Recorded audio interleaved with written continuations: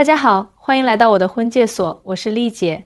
每次跟大家聊到婚姻、感情的话题，我都特别激动，因为这不仅仅是我工作的日常，更是我生活的一部分。今天的故事绝对精彩，如果你觉得有意思，也可以打赏一下，来让我喝杯茶。感谢大家的支持和订阅。好啦，废话不多说，咱们今天就聊一聊一个相亲故事。别看我一直秉承着温和的态度，今天这件事简直把我心中的那股火气全点燃了。说起这位女主角，咱们就叫她张大妈吧。别看她年纪不小，性格却直率得很，话说的直白，要求也大得惊人。她找对象有点特别，除了找个能够给她温暖的伴侣，她还要求男人能帮她偿还前夫的债务。这一要求一出来，连我都愣了几秒，心想这是什么操作？我记得那天张大妈跟一个男士见面，这个男士我就叫他老李吧，年纪和张大妈差不多，都是过了50岁的人。老李这人倒是温和，初见张大妈的时候，脸上挂着礼貌的笑容，做足了礼仪，表现得很端庄。但当张大妈开口的那一刻，我差点没被她吓得从椅子上摔下去。她先是说了一大堆自己过去的婚姻经历，嘴里说着我前夫虽然欠债，可那是他做生意失败的原因，我现在不指望什么，只希望你能理解我，帮我还点债。你听听，什么叫帮我还点债？你这是来相亲还是来找债主啊？我赶紧在旁边清了清嗓子，心里嘀咕，这可怎么办啊？张大妈继续说道，我知道你现在也不容易，但如果你真心想和我过一辈子，我也不会要求太多，至少你得帮我承担一部分前夫的债务。毕竟我现在也没有太多的钱，生活负担重，能找到个能依靠的男人才是最重要的。听到这儿，老李的脸色明显变了。他原本一直微笑着，但此时脸上的笑意渐渐消失，神色有些尴尬。等到张大妈话音落下，老李直接开口了，您这话说的倒是挺轻松的，我能理解您离婚后的不容易，但是这债务可不是我该承担的。我这辈子没欠过人家什么债，凭什么我一个外人还要帮忙还债？我见老李这么直接，心里其实挺佩服的，起码他说话直白，不绕弯子。我心里也有些紧张，怕张大妈会不高兴，毕竟他那副理所当然的态度实在让人有些难以忍受。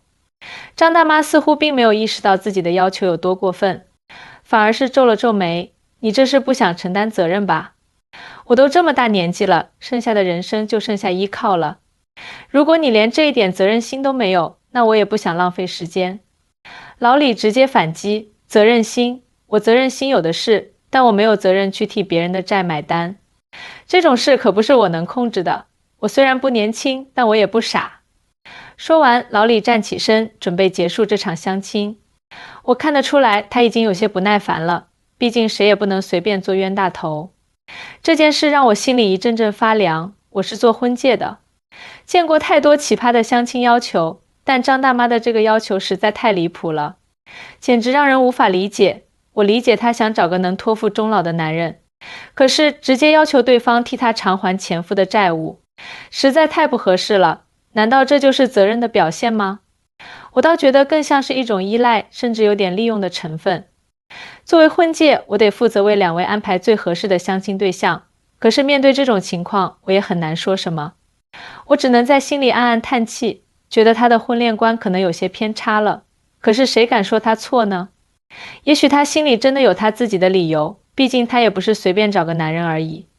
只是他的要求实在让人有点喘不过气。老李虽然直接，但他的反应让我觉得在这个年纪的相亲中，男人不一定是被动的一方。很多人以为年纪大了，女人肯定会低头，愿意接受很多妥协。但实际上有些男人反而在某些问题上比年轻人更坚定。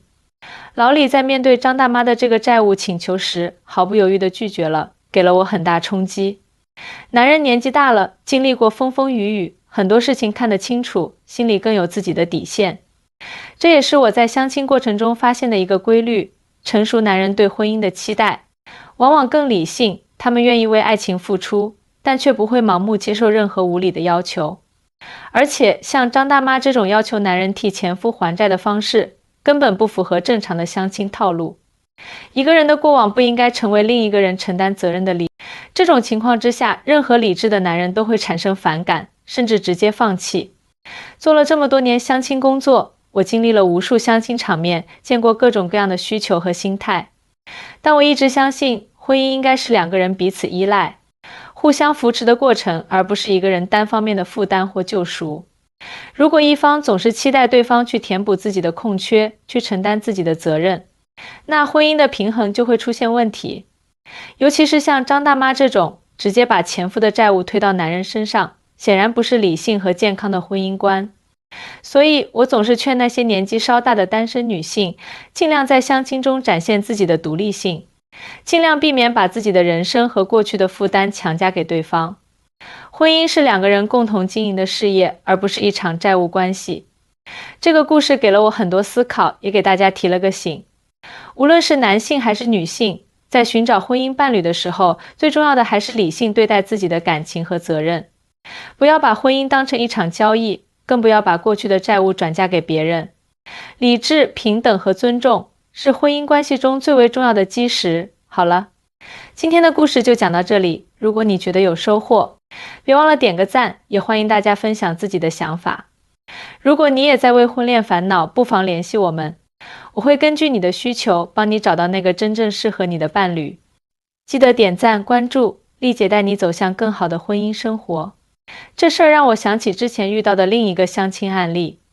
有个姑娘，咱们叫她小美吧，她自身条件其实挺不错的，长相甜美，工作也稳定。但她相亲的时候要求男方必须在1年内送她一辆豪车，还要在市中心买一套房，而且这房子必须只写她一个人的名字。我当时就跟她说，这些要求可能有点高了，感情不能只建立在物质基础上。可小美却不以为然，她说现在社会现实，她不想吃苦，想要找个能让她过上好日子的男人。后来她见了一个小伙子，叫阿强。阿强是个踏实努力的人，在一家公司上班，收入还算可以，但要满足小美的要求，短期内确实有点困难。见面的时候，小美就把自己的要求一股脑说了出来。阿强听了之后，心里很不是滋味。他觉得小美太看重物质，而忽略了他这个人的努力和潜力。阿强就跟小美说，他愿意努力给她更好的生活，但这些要求有点不切实际，希望小美能多了解了解他这个人。小美却觉得阿强是在找借口，不愿意为他付出。他还说，如果阿强真的爱她，就应该想尽办法满足他的要求。阿强听了这话，心里凉了半截。他觉得自己的真心没有被看到，只是被当成了满足物质需求的工具。最后这场相亲自然是不欢而散。从这个案例就能看出来，现在很多人在相亲的时候，往往把物质条件看得太重，而忽略了感情的培养。就像小美，她可能觉得有了豪车和房子，生活就有了保障，但她却忘了，婚姻是要两个人一起走过漫长岁月的。没有感情基础，再多的物质也填补不了内心的空虚。再说说另一种情况，有个大哥，咱们叫他王哥。王哥离过婚，带着一个孩子。他相亲的时候遇到一个同样离异的女士李姐。李姐对王哥印象还不错，但一听说王哥有孩子，就有点犹豫了。李姐说她担心以后和孩子处不好关系，而且还怕孩子会影响她和王哥的二人世界。王哥就跟李姐说，孩子其实很懂事，他也会努力平衡好家庭关系，希望李姐能给他和孩子一个机会。可李姐还是有些顾虑，她担心自己以后要承担照顾孩子的责任，却得不到孩子的认可。后来经过几次接触，李姐发现王哥确实是个很有责任心的人，对孩子也教育得很好，而且孩子也很有礼貌，并没有她想象中的那么难相处。慢慢的，李姐放下了心中的顾虑，和王哥走到了一起。现在他们一家3口过得很幸福。这个例子又说明，在相亲过程中，双方都需要多一些理解和包容。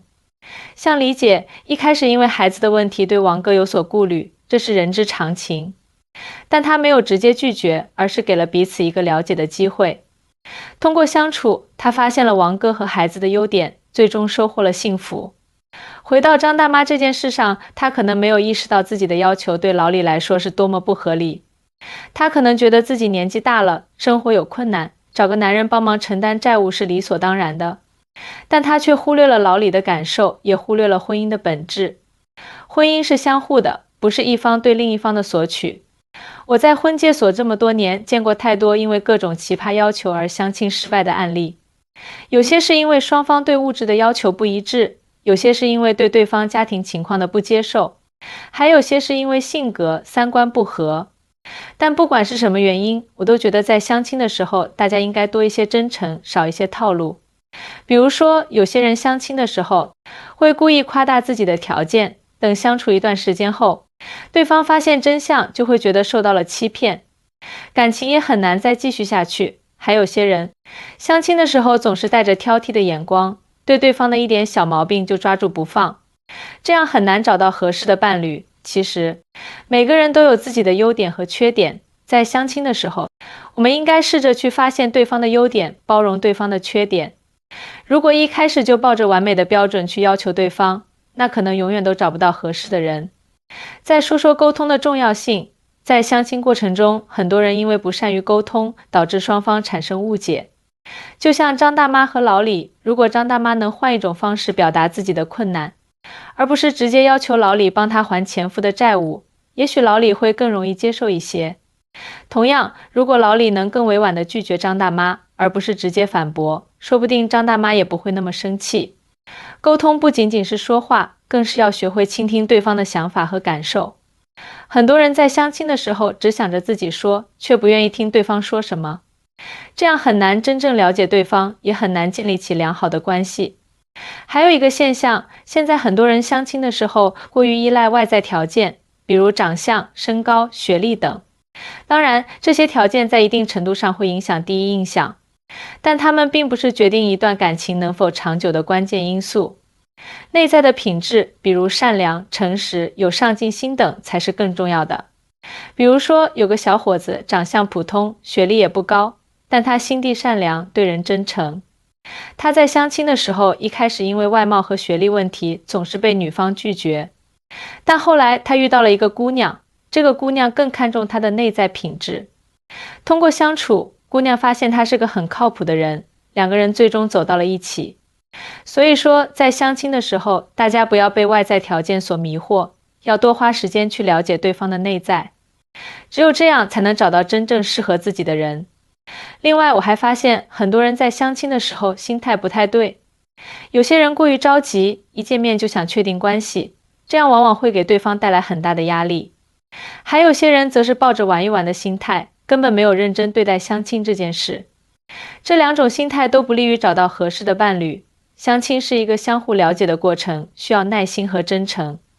我们应该以一颗平常心去对待，不要把它当成一种任务，而是要把它当成一次认识新朋友的机会。也许在这个过程中，我们就能遇到那个与自己携手一生的人。